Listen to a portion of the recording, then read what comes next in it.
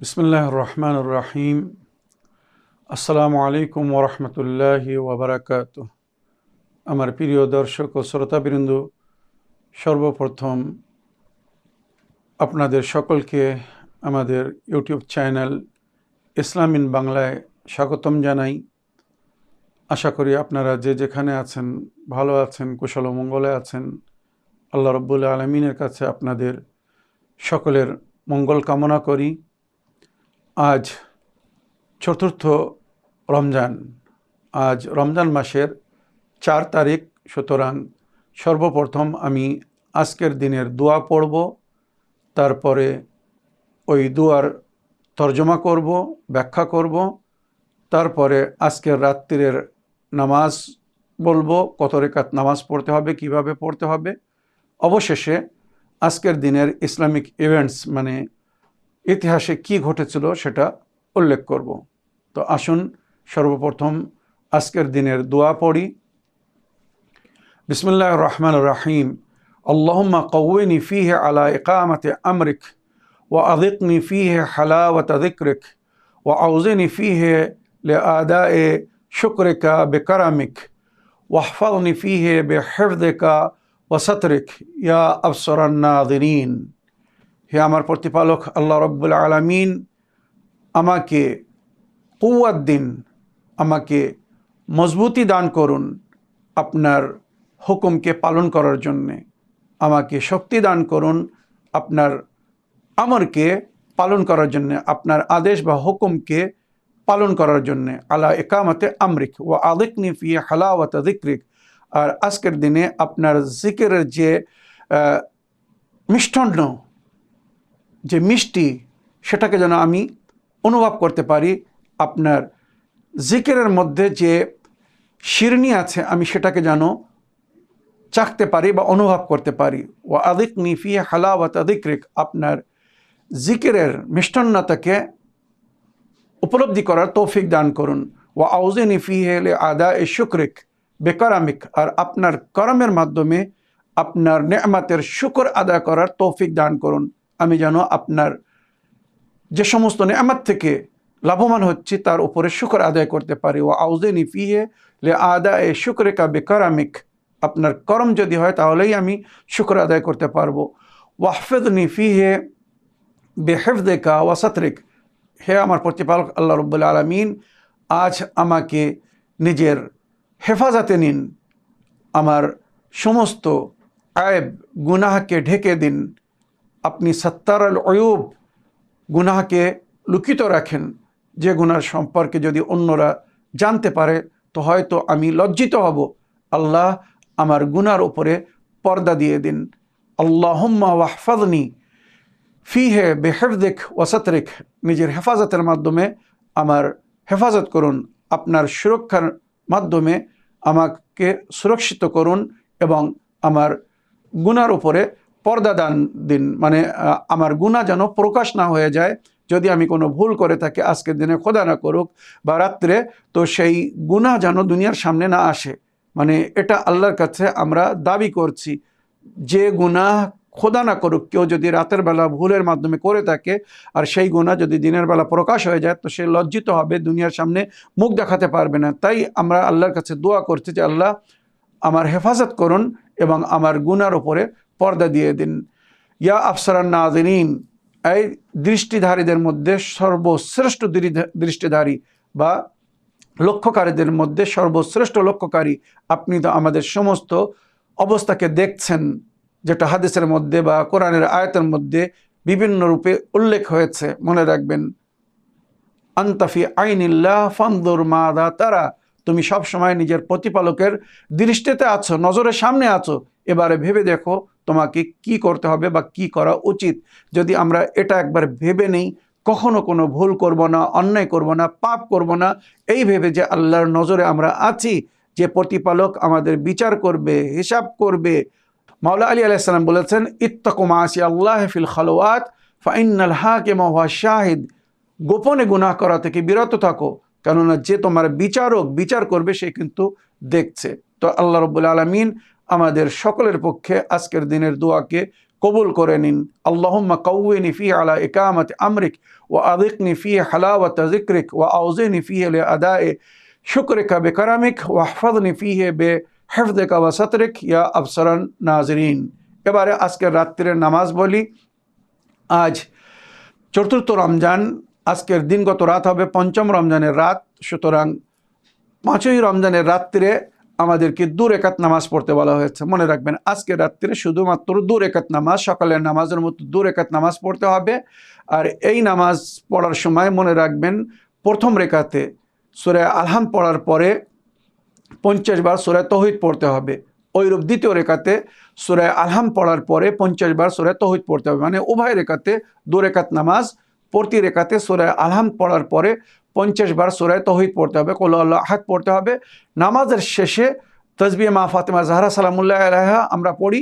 তাসবিহ মা ফাতেমা জাহরা সালামুল্লাহ আলাইহা যদি কেউ পড়তে চায় পড়তে পারে, তবে তাসবির জায়গায় আজকের এই নামাজের পরে 100 বার দরুদ পাঠ করতে বলা হয়েছে। নামাজের পরে 100 বার, মানে এক তাসবিহ আল্লাহুম্মা সাল্লি আলা মুহাম্মদ ওয়া আলি মুহাম্মদ দরুদ পাঠ করবেন। তারপরে দোয়া করবেন, যেটা নবীর হাদিসের মধ্যে উল্লেখ হয়েছে, মুহাম্মদ ও আলে মুহাম্মদের উপরে দরুদ পাঠ করার পরে যদি কেউ আল্লাহর কাছে দোয়া করে, তো আল্লাহ রাব্বুল আলামিন লজ্জাবোধ করেন যে তার থেকে এই সলাওয়াত ও রহমতের দোয়াকে কবুল করবেন, আর তার মনোকামনা আশাকে পুরো করবেন না, তার হাজাতকে পুরো করবেন না, বা তার দোয়াকে কবুল করবেন না।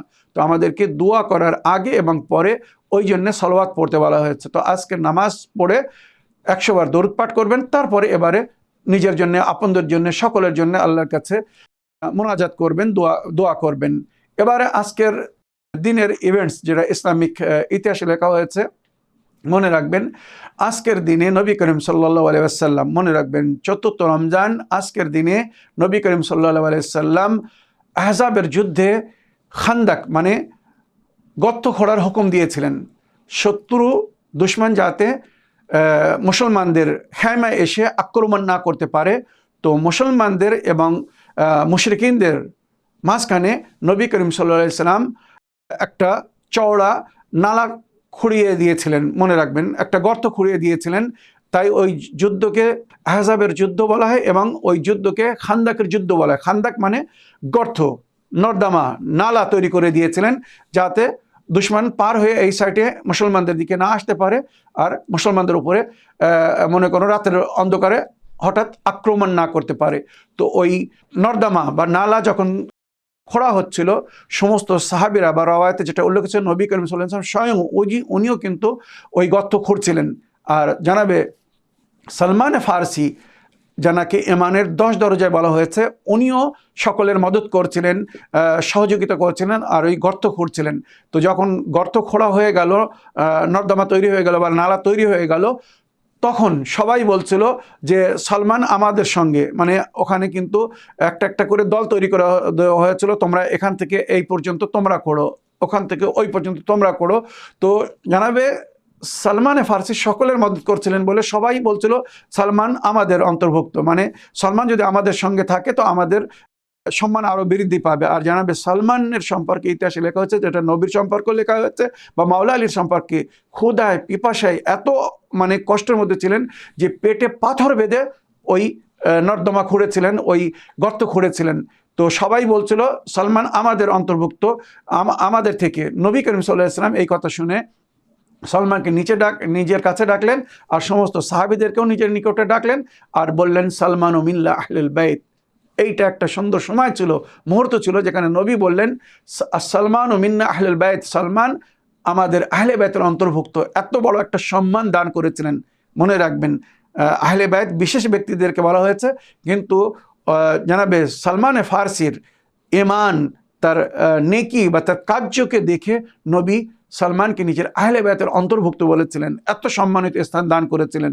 তো মনে রাখবেন এই আহজাবের যুদ্ধে বা এই খান্দাকের যুদ্ধে আমর ইবনে আবদাবিদ ওই খান্দাক পার করে এসেছিল, যেটা ইতিহাসে লেখা হয়েছে। আর নবীর খেয়মায় সর্বপ্রথম সে বল্লভ ছুঁড়ে মারে। যখন নবীর খেয়মায় বল্লভ ছুঁড়ে মারে, নবী করিম সাল্লাল্লাহু আলাইহি ওয়াসাল্লাম কোরআনে জানার সম্পর্কে বলা হয়েছে, ইন্নাকা আলা খুলুকিন আযীম, সুচরিত্রের শেষ সীমান্তে ছিলেন। নবী কখনো এমন কোনো কথা বলতেন না যে কথা শুনে কেউ আঘাত পাবে, কষ্ট পাবে। মনে রাখবেন কখনো অশোভনীয় ভাষা ব্যবহার করতেন না।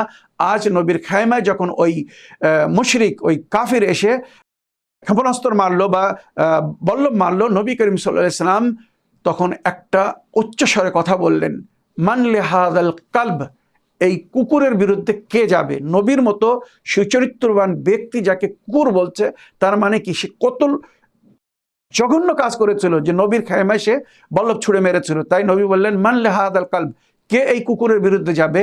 সঙ্গে সঙ্গে মাওলা আলী আলাইহিস সালাম উঠলেন, বললেন, আমি যাব আল্লাহর নবী, আপনি আমাকে অনুমতি দিন। যেখানে আমর ইবনে আবদাবাদ আরবের সবচেয়ে বড় পাহলওয়ান ছিল, বলবান ছিল সেই সময়, কেউ তার সামনে যেতে সাহস করছিল না। মাওলা আলী আলাইহিস সালাম বললেন, আমি যাব আল্লাহর নবী, আপনি আমাকে অনুমতি দিন। যখন মাওলা আলী আলাইহিস সালাম যাচ্ছিলেন, তো নবী করিম সাল্লাল্লাহু আলাইহি সাল্লাম হাদিস বললেন, এখানে আজ বারাদাল ইমান কুল্লাহ আলাল কুফরে কুল্লাহ, পরিপূর্ণ ইমান পরিপূর্ণ কুফরের বিরুদ্ধে যাচ্ছে। একবার চিন্তা করুন, একদিকে মাওলা আলীকে পরিপূর্ণ ইমান বলা হয়েছে, আর অন্যদিকে আমর ইবনে আবদাবিদকে পরিপূর্ণ কুফর বলা হয়েছে। আর মাওলা আলী আলাইহিস সালাম যখন আমর ইবনে আবদাবিদকে শেষ করে দিলেন, তখন নবী করিম সাল্লাল্লাহু আলাইহি সাল্লাম বলেছিলেন, বিখ্যাত হাদিস, যারবাতু আলী ইন ইয়াউমাল খান্দাক আফদাল মিন ইবাদাতিস সাকলাইন, খান্দাকের যুদ্ধে মাওলা আলী আলাইহিস সালামের তলোয়ারের এক আঘাত, এক ওয়ার উভয় জগতের ইবাদতের চেয়ে তো উত্তম। কেননা মাওলা আলী আলাইহিস সালাম সেই দিন কুল্লে কুফরকে কেটেছিলেন, কুল্লে কুফরকে মেরেছিলেন, কুল্লে কুফরকে শেষ করেছিলেন, মনে রাখবেন। তাই মাওলা আলী আলাইহিস সালামের এক জরবাতকে উভয় দুনিয়ার, উভয় জগতের ইবাদতের চেয়ে তো উত্তম বলা হয়েছিল। তো আজকের দিনে এই ঘটনা ঘটেছিল ইতিহাসে, মনে রাখবেন। আর আজকের দিনে আহলে বাইতের এক চরম শত্রু, মনে রাখবেন, কুফায় ওবায়দুল্লাহ ইবনে জিয়াদ, কুফা যে এজিদ ও এজিদের বাপের তরফ থেকে যে গভর্নর ছিল, তার বাপ ইবনে জিয়াদ, মনে রাখবেন, ওবায়দুল্লাহর পিতা, মনে জিয়াদ ইবনে আবি, যাকে বলা হয়েছে জিয়াদ ইবনে আবি, জিয়াদ ইবনে আবি তার পিতার ছেলে। তো জিয়াদ ইবনে আবি আজ মারা গিয়েছিল। আর ইসলামিক ইতিহাসে যেটা লেখা হয়েছে, চতুর্থ রমজান, মনে রাখবেন, জানাবে মুসা নবীর উপরেও অনেক সাহিফা নাজিল হয়েছিল। আর তওরাত, যেটা জানাবে মুসা নবী আলাইহিস সালামের বিখ্যাত গ্রন্থ আল্লাহর তরফ থেকে দেওয়া হয়েছিল, এই তওরাতের কিন্তু 5টি খণ্ড, 5টি অধ্যায়। এই 5টি অধ্যায়ের মধ্যে একটি অধ্যায় আজকের দিনে নাজিল হয়েছিল 4 রমজান, আর বাকি অধ্যায়গুলো 6 রমজানে নাজিল হয়েছিল। তো ইনশাআল্লাহ 6 রমজানে আমি সমস্ত অধ্যায়ের নাম বলবো, তার বিস্তারিত ডিসক্রিপশন দিয়ে দেবো। এই বলে আমার আজকের বক্তব্য এখানে শেষ করলাম। ওয়া আখিরু দাওয়ানা আলহামদুলিল্লাহি রাব্বিল আলামিন, ওয়াসসালামু আলাইকুম ওয়া রাহমাতুল্লাহি ওয়া বারাকাতুহু।